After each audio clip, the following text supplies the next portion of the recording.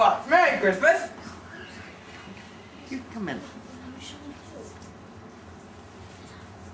Lumpy and bumpy at your service.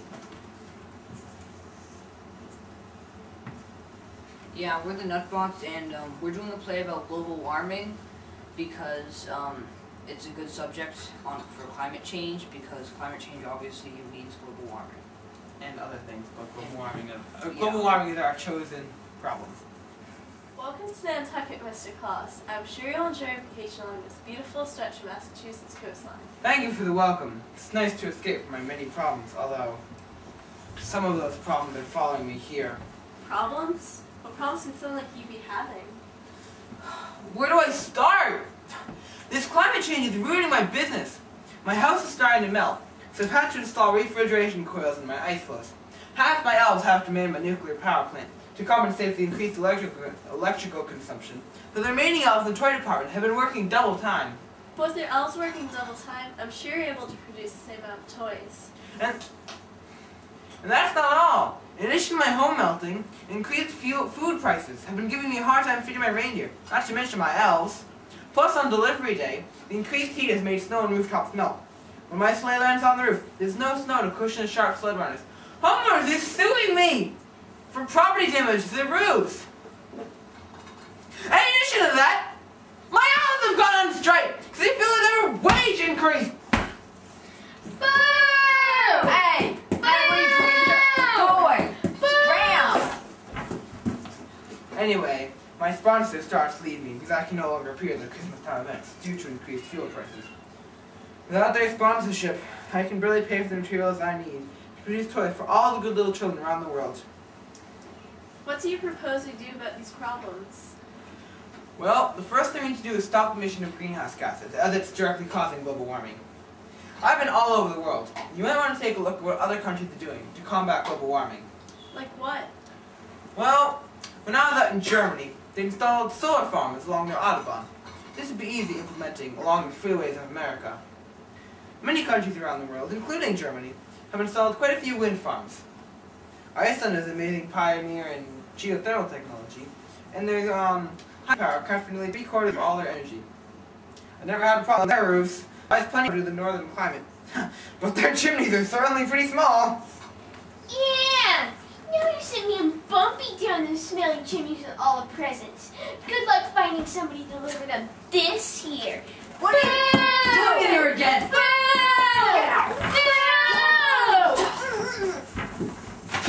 Sorry about the elves, Miss Governor. Well, it seems as if these solutions would be able to eliminate or help to eliminate carbon emissions. But how would I implement them in Massachusetts?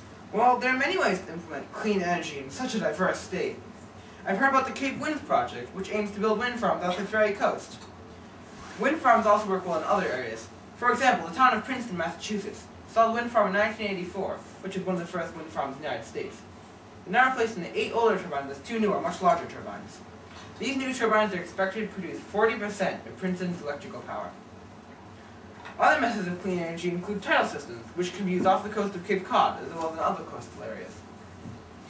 So geothermal energy can be used to heat households with the solar pump, geothermal pump. And solar power cannot be used as well as it can be used in Arizona, for example, but it can be used to supplement other energy sources. These types of energy can help Massachusetts cut down its carbon emissions.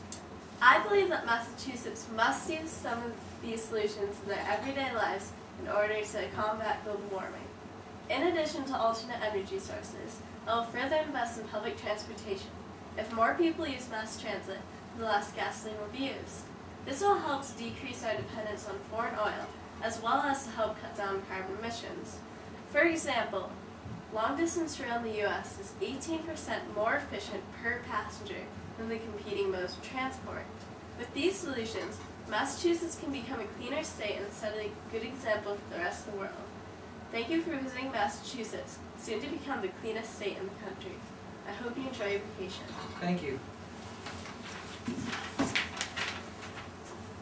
And these are some flyers I've picked up along my travels around the world and the country. Thank you, Santa. Let me take a look. Oh, here's one on ocean power. Could you could you tell me a little bit more about ocean power? Yes. The thing that I think would work best in Massachusetts would be the power buoys, which you probably have read about in the brochure or will read about. And that's because they are cheaper. They are less, as I said, they're less expensive, but that's also good because you can have more of them. And they supply power for 132 homes per buoy. And they are all connected by a main cable, which runs the electricity up onto the land where it can be used. Okay. And also, these are wave powered. They float on top of the waves, and as the waves go up and down, they go up and down, generate electricity. Okay, thank you. And could you tell me a little bit about the wind power? Yeah, the wind power, Cape Winds project, I think it is a very good idea for Massachusetts to use because it produces all the power that Cape Cod would need pretty much, which is obviously a lot of power, so that's very beneficial. Some of the things that people think is that they'll be able to see the wind farms and they'll say, oh, that's horrible, it doesn't look very good and stuff. And I think that they probably wouldn't look superb. You need binoculars if you to see them. If you anyway. see them, They're so far off. but they're so far off that you can't see them. And also people think that they might hurt marine life and birds and stuff. But the birds generally avoid windmills because it's instinct and stuff. And the sea life, the blade doesn't go to the water, so the base of it, there's no running electrical cables or anything. So the mammals would get algae and stuff and other plants building up on the base. So animals would be attracted to the base and it would actually be a very good place for animals. Okay, great, thank you. And could you tell me a little bit about solar power? Yes, there's a brochure on there about the Oregon Solar Highway, and this is a solar farm installed at a highway interchange in Oregon. And during the daytime, the solar panels, I believe there's 590 something of them, just about a quarter mile long. They provide power to the Portland General Electric grid. And then at night, when the sun is not shining, so they can't generate electricity, they receive an equivalent amount of power back from the grid to power the lights and such as at the highway interchange.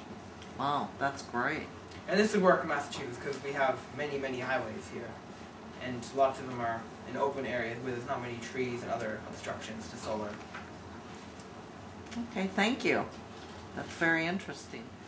And could you tell me a bit about geothermal power heating? Well, we would use geothermal pumps here in Massachusetts, and they would be very easy to implement here.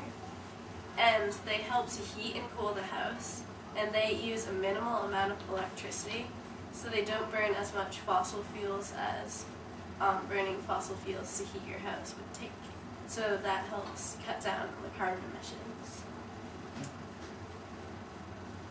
They have a high initial cost because you need to install it, but it'll pay for itself eventually.